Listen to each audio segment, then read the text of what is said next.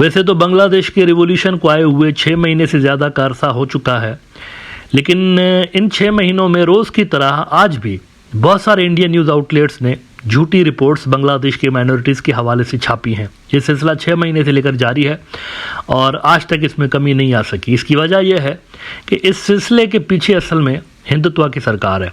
India की सरकार खुद इस तरह की रिपोर्ट्स शाया करवाती रहती है, पब्लिश करवाती रहती है और इसका मकसद असल में यूनिस की सरकार के ऊपर दबाव बनाना होता है।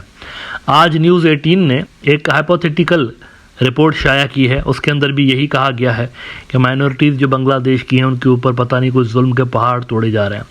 वो कहते हैं कि ग्लोबल वॉच दुनिया देखे, how Yunus regime is pushing Bangladesh on the road to perdition. The most consistent feature of post-Sheikh Hasina Bangladesh has been the rise of mob violence, systematic attacks on minorities and the crackdown on dissenters. अब यहाँ इस programme के अंदर मैं एक मरतबा पहले भी चैलेंज कर चुका हूँ कि अगस्त 2024 से लेकर इस डेट तक अगर आप काउंट करें कि इंडिया के अंदर माइनॉरिटीज़ पे कितने अटैक्स हुए और बांग्लादेश के अंदर माइनॉरिटीज़ पे कितने अटैक्स हुए, तो आपको पता चलेगा कि इंडिया के अंदर ज़्यादा हुए हैं, वहाँ ये नंबर ज़्यादा है। लेकिन वहाँ की जो खबरें हैं वो बांग्लादेशी मीडिया रिपोर्ट नहीं करता।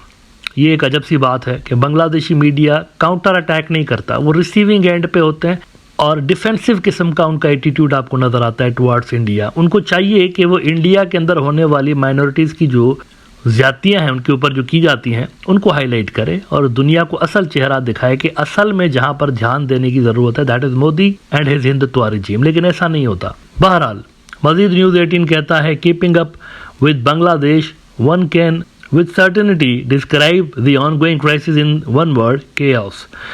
यानी ये इंप्रेशन क्रिएट करने की कोशिश कर रहे हैं राइटर साहब इस आर्टिकल के अंदर न्यूज़ 18 में कि बस अफरा तफरी है, केओस है मुल्क के अंदर और कुछ भी नहीं है, सिर्फ केओस है। हालांकि this is totally rubbish.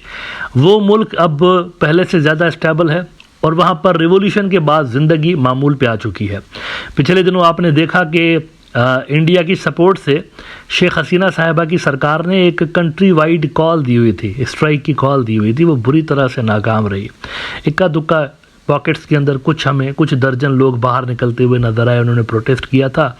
Otherwise ये जो उनकी हड़ताल थी वो मुकम्मल तौर पर नाकाम रही थी। तो ये चीज़ जाहिर कर रही है कि ना माइनॉरिटीज़ का वहाँ पर इशू है, ना कोई और वहाँ पर प्रॉब्लम है सच है, बल्कि ये जो चीज़ें जो पॉलिटिकल प्लेयर उभार रहे होते हैं या जो मीडिया उभार रहा होता है उनको कोई काबिल ज़िक्र सपोर्ट हासिल नहीं है ग्राउंड के ऊपर। अच्छा, इंटरेस्टिंग सूरत हाल तब पैदा हो गई कि जब पीजीबी के जो चीफ हैं वहाँ इंडिया पहुँचे हुए हैं और बॉर्डर के सूरत हाल को डिस्कस करने के लिए वहाँ उनका ये दौरा हो रहा है। तो उनसे भी इसी तरह के सवालात पूछे गए कि माइनॉरिटीज़ के ऊपर क्यों इस तरह से जुल्म हो रहा है। हालांकि होना तो ये चाहिए था कि उनसे बॉर्डर की सूरत हाल डिस्कस की जाती, लेकिन उनसे भी ये सवालात किए गए और उन्होंने जो जवाब दिए हैं वो इंडिया की मीडिया की तबीयत सेट करने के लिए काफ़ी होने चाहिए।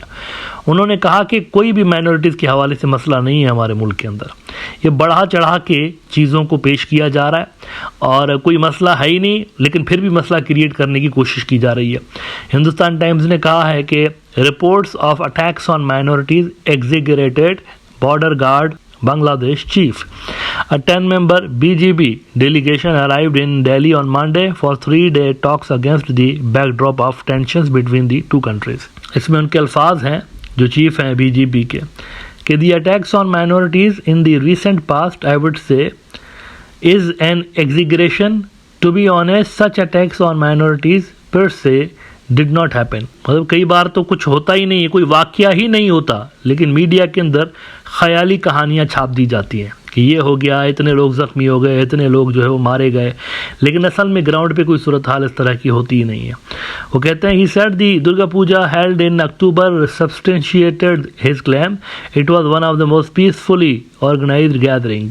और मजीद उनको कोट करते हुए वो कहते हैं कि he referred to the violence post Hasina's removal and said it was overall a law and order situation, it was not against minorities, it was maybe a bit of a political problem, he said. He added, minorities asked for security in many cases. I will not put a number on how many requests we received. There were also many reported incidents that could not be verified. अच्छा, meanwhile ये भी आपको यहाँ पर बता दूँ, इस meeting के अंदर एक और भी चीज़ सेटल हो गई है। वो जो आए दिन बॉर्डर के एरियाज के पास बफर के इलाकों में कैमराज या फेंसिंग लगाने के हवाले से बीजीबी और बीएसएफ के दरमियान डिसएग्रीमेंट्स पाए जा रहे थे, वो सेटल हो गए हैं। दोनों ने मिलकर ये तय किया है कि तमाम वो इलाके जहाँ पर डिसएग्रीमेंट्स हैं वहाँ पर ज्वाइंट स्टडी होगी और जो एग्रीड अपान एरियाज़ होंगे वहाँ पर इंडिया को इजाज़त दी जाएगी फेंसिंग करने की, यानी जो उनकी साइड पे होंगे तो वहाँ पर बफर के इलाकों में नहीं, जो उनकी साइड पे होंगे तो वहाँ पर ये बीजीबी वाले उनको कंस्ट्रक्शन की इजाज़त दे देंगे। मीनवाइल इंडिया ने ये भी कन्फेस किया है कि शेख हसीना के जाने के बाद इन्फिल्ट्रेशन कम हो गई है और स्मगलिंग कम हो गई है।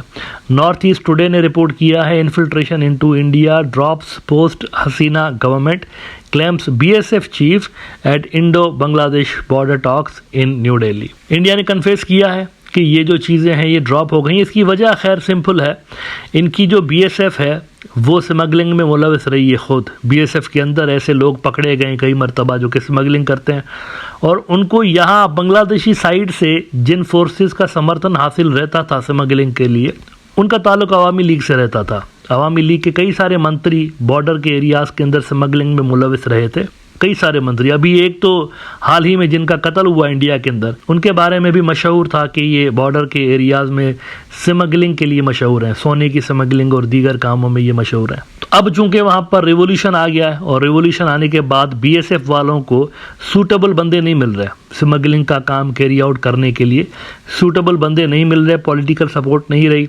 एज अ रिजल्ट स्मगलिंग भी कम हुई है और इन्फिल्ट्रेशन भी कम हुई है।